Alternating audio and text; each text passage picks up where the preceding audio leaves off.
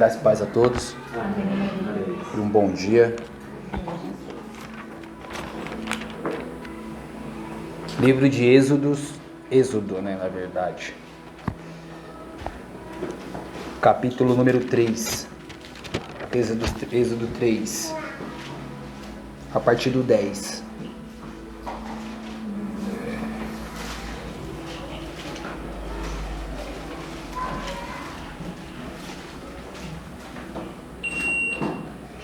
O culto de domingo passado, ele alimentou a minha vida, o que os outros 10 meses que eu esperava não aconteceu. Eu acredito que eu não fui o único. Eu tinha muita expectativa para esse ano, eu tinha muitos planos e eu ia terminar um ano chateado e frustrado porque eu não consegui fazer nem um terço daquilo que eu programei. E aquilo foi libertador para minha vida. Que Deus abençoe a vida da irmã. Foi muito bom. Que nós possamos gerar esperança e não expectativa. Se nós geramos esperança, nós estamos no Senhor. Êxodo 3, 10 em diante. Diz assim, estarei lendo um pouquinho mais rápido para eu poder estar ganhando tempo. Vem agora, pois eu te enviarei a Faraó para que tires o meu povo do Egito. Então Moisés disse a Deus: quem sou eu que vá a Faraó e tire do Egito os filhos de Israel? E disse: certamente eu serei contigo, e isto te será por sinal de que te enviei. Quando houveres tirado este povo do Egito, servireis a Deus neste monte. Então disse Moisés: Deus, eis que quando eu for aos filhos de Israel e lhe disser: o Deus dos vossos pais me enviou a vós, e eles me perguntarem: qual é o seu nome? Que lhes direi? Amém? Uma palavra que vem sido gerada no meu coração tem uns dias. Referente, se fosse para me dar um tema nessa palavra, o tema seria a presença do Senhor. A presença do Senhor. Se nós formos olhar a história de Moisés, depois que trocou o rei do Egito, o faraó que assumiu a posição, ele não conhecia mais o povo de José. Era um faraó novo, então ele viu que aquele povo israelita era muito grande, era muito numeroso, e ele ficou com medo daquele povo se levantar contra o Egito, porque ele viu a grandeza e a soberania que aquele povo tinha por ser muitos. E ele percebeu que eles são mais poderosos que nós. Então nós vamos colocá-los para trabalhar, manter eles em trabalho forçado, para que eles não tenham tempo para perceber como eles são grandes e que eles podem nos vencer. E assim ele fez. O povo de Israel ficou cativo, passou a ser escravo, a trabalho duro, pesado, na onde que o tempo que eles tinham de sobra era só para descansar. Não dava tempo para pensar em mais nada, ou talvez se rebeliar, ou querer levantar um líder entre eles para representá-los. E quando isso acontece, o faraó, ele decide então matar todos os meninos. A partir de agora, todos os meninos que nascerem, eles terão que ser mortos. Somente as meninas vão ficar vivas. E assim foi. Moisés, ele é da tribo de Levi. Seus pais eram da tribo de Levi. E quando Moisés nasce, ele era um menino. A Bíblia diz que ele era um menino formoso, bonito, saudável. E os pais não quiseram fazer aquilo na qual foi determinado por Faraó. E quando Moisés faz 3 meses, eles pegam os pais dele, a mãe especificamente, faz um cesto, protege bem aquele cesto para que aquele cesto não afunde, coloca Moisés, que ainda não tinha o nome de Moisés, um menino dentro daquele cesto, e coloca no rio. E quando Moisés está no rio, a filha de Faraó está à beira do rio com as suas servas fazendo algo. E ela vê aquele cesto e ela pede para a sua serva pegar, elas pegam. Quando ela pega, ela vê um menino. E ela acha graça naquele menino por ser um menino formoso, bonito e saudável. E ela diz: eu vou ficar com ele, eu vou criá-lo. E quando ela pega, ela decide dar o nome dele será Moisés. Moisés, então, é adotado pela filha de Faraó. Moisés fica sendo criado como um da casa de Faraó até os seus 40 anos. Moisés é criado, tem toda a educação de um egípcio, é muito bem educado, conhece as estratégias do povo do Egito. Só que ele também sabia que ele não era egípcio de sangue, ele era israelita. E ele então decide conhecer o seu povo. Moisés desce para próximo ao seu povo. E foi quando a Bíblia diz que ele vê uma cena que aquilo o motivou, o fez tomar uma ação. Ele vê um soldado egípcio batendo no israelita. E aquilo faz uma ira surgir dele e ele acaba matando o egípcio. Só quando ele volta para si mesmo, ele percebe que aquilo que ele fez não é legal. E ele então enterra aquele soldado egípcio. Ninguém viu, vou enterrar, a vida que segue. E passou os dias. E Moisés começa a ser mais frequente no meio do seu povo. E ele vê ali 2 homens israelitas brigando. E ele separa. E um deles olha e fala assim: mas quem é você para querer entrar no nosso meio? Você acha que é o nosso líder? Você acha que quem é você? Agora só falta você fazer comigo o que você fez com aquele soldado. E aquilo fez Moisés ter medo, porque até então ele não imaginava que pessoas tinham visto o que ele fez com o israelita, com o egípcio. Moisés então pega com medo daquilo e ele foge. Ele foge, Faraó fica sabendo que ele matou um soldado egípcio, então Faraó revoltado fala: achem Moisés, nós vamos matá-lo. Moisés foge. A Bíblia vai dizer que Moisés vai para a terra de Midian. E lá ele conhece Reuel. Conhece Reuel e sua família, e onde ele casa com uma das filhas de Reuel. E ele gera 2 filhos ali. Até então tudo bem. Moisés vive 40 anos no palácio de Faraó. Quando ele foge, Moisés vive mais 40 anos na terra de Midian, onde ele gerou família, onde ele estabeleceu uma prole. E quando Moisés já com a idade avançada, 80 anos, ele está para apacentar as ovelhas de seu sogro e da tua família. E ele vê algo que chama atenção. Ele sobe ao monte e vê uma sarça ardendo em chamas, e ele percebe que aquele fogo não se consumia, que aquilo não acabava por nada. E aquilo chama muito a sua atenção. E ele vai se aproximar. E quando ele pensa em se aproximar daquilo, vem uma voz e fala: Moisés, calma, para. Tira essa sandália do teu pé, porque o lugar que você pesa é santo, não é qualquer lugar. E aqui me faz chegar à presença de Deus. Me faz entender que não é porque nós merecemos a presença de Deus, é porque Ele quer que a presença dele seja conosco. De uma forma bem direta, Moisés não era digno da presença do Senhor. Moisés não era digno nem de ouvir um respirar do Senhor. E o Senhor foi mais longe, fez que Moisés presenciasse algo sobrenatural, e aquilo chama a atenção de Moisés. Moisés tende a se aproximar daquilo, e vem a voz do Todo-Poderoso e fala: Moisés, calma, não vai, porque o lugar é santo.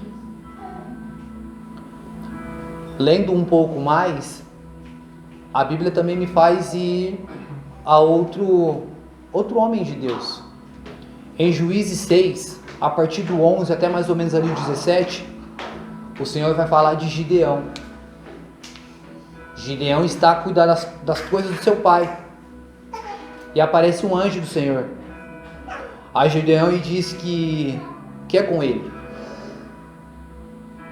Que é com ele, Gideão, mas comigo? Eu sou menor, a minha tribo, a família do meu pai é menor tal, e o Senhor diz que é comigo. E Deus fala para Gideão que ele ia ser o libertador do povo. E Gideão, não pode ser eu, menor. A Gideão fala: realmente, se é o Senhor, me prova que é o Senhor. E acontece todo o trâmite. O Senhor prova para Gideão que ele é o Senhor. Gideão acredita e lidera o povo. Vemos aqui também que mais um que o Senhor fez a sua presença ser com ele. O Senhor apareceu para ele, mesmo ele desacreditando que era o Senhor. E a gente muitas das vezes somos assim. O Senhor fala conosco, o Senhor nos dá a direção, e muitas das vezes nós não acreditamos que é o Senhor. Nós ainda pedimos prova. E lendo um pouquinho mais adiante, o livro de Juízes me faz chegar a Jefté, que também vai dizer que o Espírito de Deus era com Jefté. Isso daí vai dizer mais ou menos lá no verso de número 29. Jefté, homem valoroso, temente a Deus, só que tinha um porém na vida dele que o bloqueou, e ele fugiu do meio de todos por causa daquela situação. E aconteceu algumas coisas no capítulo 11 que Jefté faz prova, e o Senhor diz que o espírito dele era com Jefté. E muitas das vezes nós somos assim também. Nós sabemos quem nós somos, nós sabemos de onde nós viemos, nós sabemos o tamanho do Deus que nós servimos, e mesmo assim nós fugimos. Aí nós temos que fazer prova de Deus para o Senhor provar que Ele é conosco, sendo que não tem mais necessidade. Não precisa mais. E eu ainda vou um pouquinho mais à frente.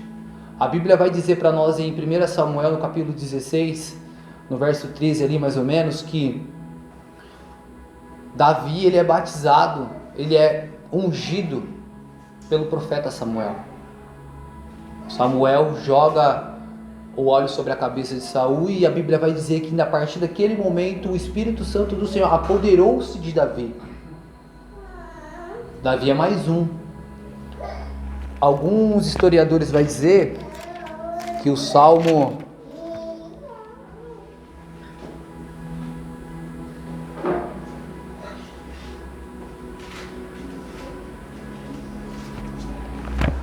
que diz que o Senhor prepara para mim uma mesa na presença dos meus inimigos, me coloca ali como, mostra para eles que o Senhor é comigo e tal. Alguns vão dizer que Davi escreveu esse salmo, ele estava pastoreando as ovelhas de seu pai. Ele nem pensava em ser rei, nem pensava em ser nada. Ele estava lá, revoltado, bravo. Mas fazia porque ele era obediente ao seu pai. É mais um que tinha a presença de Deus, que o Senhor era com ele. Homem que fez o que fez, o maior rei que já teve em Israel. Ganhou milhões para o povo de Israel e era cheio da presença de Deus. Chegando no Novo Testamento, nós vamos chegar a um homem, o maior perseguidor da igreja em um certo período, por nome de Saulo. A Bíblia vai dizer em Atos 9:17, que a voz de Jesus ressuscitado e a sua glória vem até Saulo. E um esplendor tão grande que fez que Saulo viesse cair ao chão. E quando Saulo se levanta, ele não enxergava, e o conduziram até Damasco. Saulo ficou 3 dias sem comer e sem beber. Ficou na casa de um homem chamado de Judas. Não é o que traiu Jesus, tá? É outro. Jesus então vai outro discípulo em visão e diz: Ananias, vai à rua direita na casa de Judas, lá está Saulo, ora por ele, que eu tenho um plano na vida dele. Ananias questiona e tal, mas é esse mesmo, vai lá. E assim é feito. Ananias vai e ora por Saulo. Saulo volta a enxergar, e a Bíblia vai dizer que o Espírito Santo do Senhor também se apoderou dele. Se nós formos ler a história de Saulo, Saulo era um perseguidor nato de cristão. Ele não gostava. Se ele visse um cristão, ele mandava matar. E Deus mais uma vez mostra que não é porque Saulo queria, é porque ele queria. É porque ele que toma a direção de todas as coisas. E na nossa vida também não é diferente. Não adianta eu e você querer colocar as coisas da nossa maneira. Não adianta eu e você gerar expectativas. Não adianta nós gerarmos por nós se a presença de Deus não estiver no meio, não estiver tomando a direção de tudo aquilo. Nós vamos falhar, nós não vamos conseguir. Quando nós colocamos as nossas mãos onde estão as mãos do Senhor, as coisas perdem totalmente o controle. A probabilidade de você errar, de você não conseguir, ela é enorme. Não adianta nós agirmos com emoção. Nós temos que agir pelo Espírito Santo de Deus. Será que o meu Deus está me direcionando a isso? É isso que a palavra dele me diz? É isso que o Espírito Santo de Deus propôs para que eu possa estar fazendo? A presença de Deus, ela é o diferencial nas nossas vidas. Não é o que o homem vê, é o que Deus quer. Muitas das vezes nós somos julgados ou até mesmo taxados pelo que as pessoas veem da nossa pessoa. Isso é muito complicado. As nossas vestes, elas não nos definem. O que nos define é o esplendor da glória de Deus. O que nos define é a presença do Senhor. Eu não estou falando que nós, homens, temos que andarmos desleixados de qualquer jeito e as mulheres também não. Nós somos um povo diferente. Nós somos uma nação escolhida por Deus, separado a sacerdócio real, separado a gerar frutos para o reino, a alcançar o próximo. A nossa maior função, que eu entendo dentro da Bíblia, é chegar ao próximo. É chegar ao próximo. Não adianta nós pensarmos que chegando ao Senhor, vindo servir ao Senhor, as coisas vão se voltar para nós. Não, as coisas elas vêm para nós para que nós passamos para o próximo. Nós somos um celeiro que gera vidas. Nós somos um celeiro que mostra que a verdadeira expectativa se chama Jesus de Nazaré. Não é por mim, não é por você, é por Ele. Não é para mim nem para você, é para Ele. Inflamar o nosso ego, inflamar o nosso ser, não vai fazer com que o reino cresça. Agora, anunciar a verdade de Cristo, anunciar que só Ele pode mudar a nossa vida, sim vai fazer que o reino cresça. Existe um louvor que diz que Ele cresça e apareça, e que eu diminua, e que eu me constrange debaixo da Tua glória. Porque sem a glória dele nós não chegamos a lugar algum. Não dá. Nós vamos parar no meio do caminho. Não dá. Sem a presença de Deus não chegamos a lugar nenhum. Não tem como. Semana passada, uma das minhas alunas que foi liderada por mim, uma determinada igreja onde eu servi ao Senhor há um tempo atrás, ela olhou para mim e falou assim, hoje ela não está mais na igreja. Ela chegou e me falou assim, você ainda vai para a igreja? Eu olhei para ela e falei assim, eu não sou perfeito, eu sou cheio de falha, mas eu não consigo ficar longe da presença do meu Senhor. Não dá, gente. Não dá para ficar longe do Senhor. Quando você entende a grandeza que Ele tem, quando entendemos tudo que Ele é e que tudo é para Ele, e nós nos afastamos, o vazio vem. Mas não é porque o Senhor se afastou, é porque nós que saímos. Porque Ele sempre esteve aqui. Mas Ele só vai até onde eu e você deixa. O Senhor, Ele é como... Ele é totalmente diferente de Satanás. Satanás é como um rato. Deixa um ambiente cheio de lixo, sujo, bagunçado, para você ver o tanto de rato que vem, como acumula. E as coisas limpas não ficam. Não fica. Satanás é assim, ele gosta de sujeira.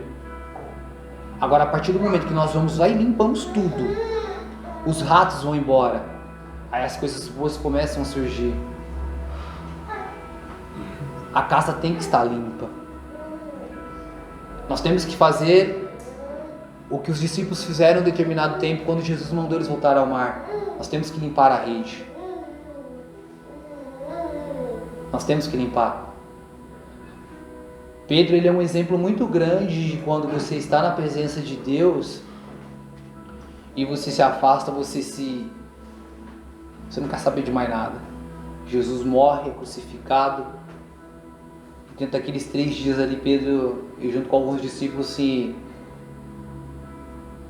desorienta, acabou tudo, já era. Não volta a fazer o que a gente fazia. E ele volta para o mar. Ele volta para a vida que ele tinha normal. Só que não é mais a mesma coisa. Porque, como também diz uma canção, que quem já pisou no santo do santo, em outro lugar não sabe viver. Que quando Pedro volta para o mar, Jesus só aparece uma vez, ó, Pedrão, ele larga tudo. Eu vou para o meu amado. Eu vou para a presença de Deus. Tá tudo vazio, eu preciso ser completo. E que hoje nessa manhã nós possamos firmar mais ainda no nosso coração, que é o que nós aprendemos aqui e que é o que a Hope vive. Que nós possamos a cada dia ser mais inundados pela presença de Deus. Que nós possamos ser preenchidos pela presença de Deus. Vou dar um de pentecostal agora. Olha pro irmão do lado e diz aí: sem a presença de Deus não dá. Sem não dá, irmão. Não dá. Precisamos ser cheios, inundados pelo poder da tua glória, para que os milagres aconteçam onde nós colocarmos a planta dos nossos pés, para que aquele que está triste, que nós possamos ter uma palavra de conforto para ele, para que aquele que até mesmo é nosso irmão em Cristo, já é convertido, conhece a verdade, mas talvez alguma fatalidade, alguma infragilidade do dia a dia dele faz ele esquecer da grandeza do Deus que ele serve, e você possa chegar lá: calma, a presença do Senhor é contigo. Coloca o seu altar na presença dele, coloca a tua vida na presença dele, entrega tudo para ele, que tudo ele fará por ti.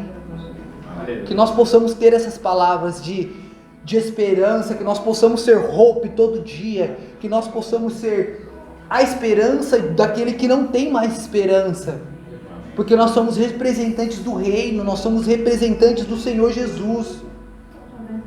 Somos escolhidos para isso, fomos separados para isso.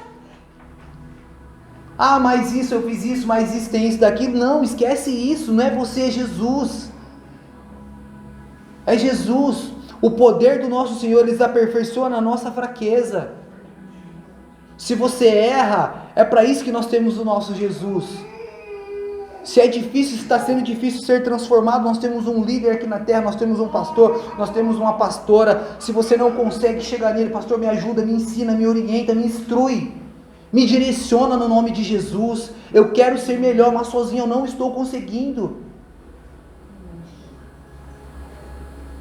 Que nós possamos ser melhor em Cristo, e que a presença de Jesus ela possa permanecer com cada um de nós. E um bom domingo a todos. Eu agradeço a minha oportunidade.